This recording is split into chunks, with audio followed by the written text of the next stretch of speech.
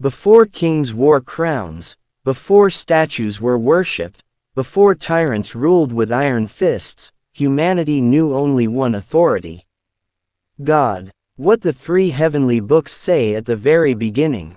The Torah warns that when Israel demanded a king, like other nations, God said to Samuel, "They have not rejected you, but they have rejected me as their king." Power taken from God and given to men would become oppression. The Bible records the same moment of tragedy. In 1 Samuel 8, God describes how kings would rise. They would take sons for war, daughters for labor, land for themselves, and freedom from the people. A prophecy of tyranny before tyranny even existed.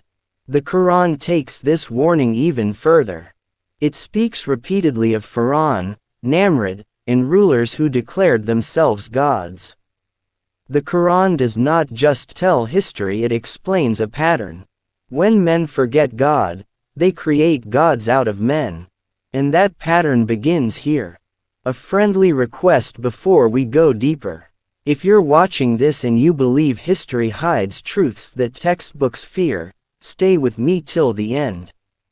And if these stories awaken something inside you, consider subscribing, not for me, but so these forgotten warnings stay alive. Now, let us go back to the beginning.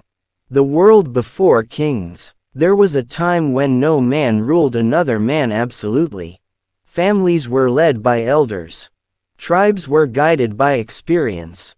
Prophets corrected power when it went astray. Authority existed, but divinity did not belong to humans. Then something changed. Fear, floods, famine, war, death. Humanity wanted certainty. And certainty slowly turned into obedience. Obedience turned into submission. Submission turned into worship. The first kings did not announce themselves as tyrants. They appeared as protectors. I will keep you safe. I will speak to the gods for you. I will bring order to chaos. And people listened. The first lie that created tyrants. The lie was simple: some men are closer to God than others. From that lie came another: some men are gods. In ancient Mesopotamia, kings did not just rule, they were half divine. Their blood was said to be different.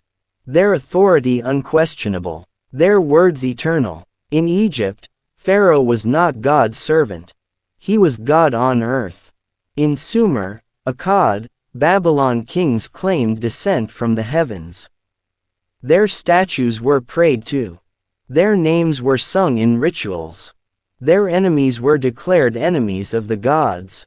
This was not politics. This was the birth of sacred tyranny. When power became holy, resistance became sin. Once kings were worshipped, opposing them was no longer rebellion, it was blasphemy.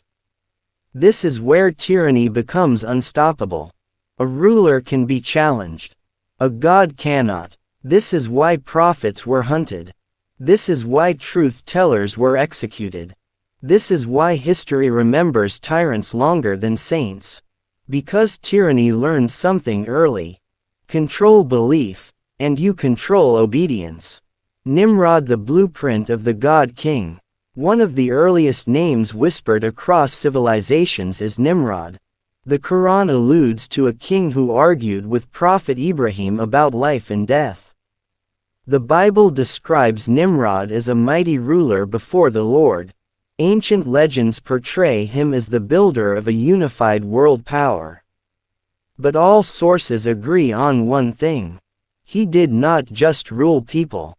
He challenged God himself. I give life and I cause death, he claimed. This was no metaphor. This was the moment humanity crossed a line when political power declared itself divine authority. From Nimrod onward, tyrants stopped asking permission from heaven. They replaced it. Why people accepted false gods? Here is the uncomfortable truth. Tyrants rise because people allow them to. Not out of stupidity. Out of fear. A God King promised protection. A God King promised order. A god-king promised meaning in chaos. And people traded freedom for certainty. This is why tyrants are never born alone. They are created by collective surrender. The pattern the Quran repeats again and again.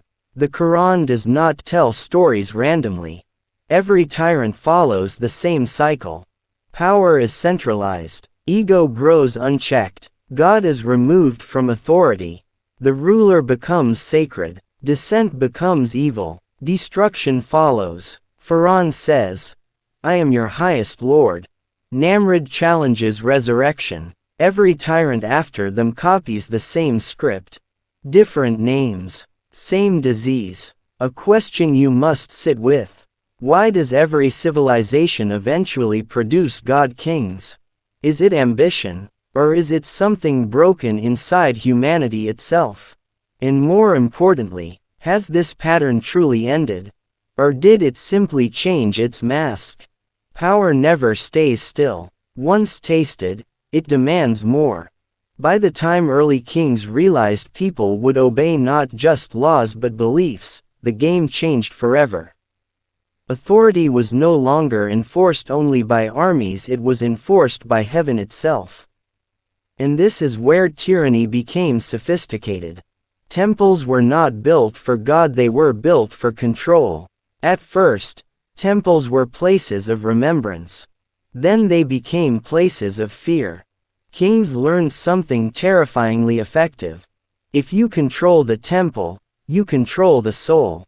If you control the soul, the body follows willingly. In ancient Egypt, the priesthood and the throne became one body. Pharaoh did not rule with religion, he ruled as religion. Offerings were not for God. They were for the king's eternity. Obedience was not civic duty. It was salvation. And anyone who questioned the system was not a rebel, they were cursed. The moment God was pushed out of the sky, here is the turning point history rarely explains clearly. God was not denied. God was replaced. Kings did not say, "There is no God." They said, "We are His voice." Then, "We are His shadow." Then finally, "We are Him." This gradual shift made resistance impossible. Because how do you fight a ruler who claims heaven backs every cruelty? This is why tyranny survives longer than kingdoms. Because it is not defended by walls, it is defended by belief. Pharaoh, the perfect tyrant. The Quran repeatedly returns to Pharaoh, not because of his buildings or wealth, but because of his psychology. "I am your highest Lord." This was not arrogance alone. It was a calculated declaration. Pharaoh understood something modern rulers still understand. If people believe you are inevitable, they will stop imagining alternatives. He controlled water, food, labor, narrative, and fear. But most importantly, he controlled identity. The Israelites were not just enslaved physically. They were told they were born to be inferior. This is tyranny at its most complete form. The Bible's warning about kings came true. When the Israelites demanded a king, God warned them clearly. He will take your sons. He will take your daughters. He will take your land. He will take your freedom. Yet the people said, "We still want a king." Why? Because visible power feels safer than unseen truth. This is the tragedy repeated across civilizations. People choose rulers they can see, over God they must trust. Nimrod's tower more than a building. Ancient traditions speak of a tower rising toward the heavens.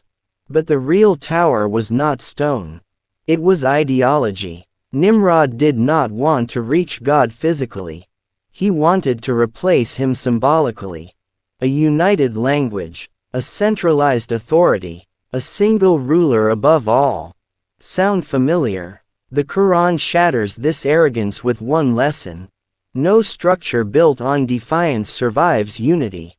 The higher tyrants climb, the harder they fall. When violence became sacred, this is the most dangerous transformation in history. Killing became holy. Wars were no longer fought for land alone. They were fought in the name of the gods, which really meant in the name of kings. Enemies were not human. They were cursed. Children were sacrificed. Cities were erased. Blood was justified. Once violence wears divine clothing, it never feels like a crime. The illusion of eternal rule. Every tyrant believes the same lie. I am different. Pharaoh believed it. Nimrod believed it. Caesars believed it. Emperors believed it. They built monuments. They carved faces in stone. They demanded remembrance. But the Quran reduces them all to a single phrase. They were destroyed. No matter how divine they claim to be, they return to dust. Why humanity keeps repeating this cycle? Because tyranny feeds on something deeper than fear. It feeds on delegation of responsibility. When people say, "Let him decide, let him rule, let him think for us," they slowly erase their own accountability. And tyranny steps into that vacuum. Look around, has anything really changed? No crowns. No temples of stone. But narratives are still sacred. Leaders are still unquestionable. Opposition is still labeled evil. God kings did not disappear. They rebranded. The question is not whether tyrants exist today.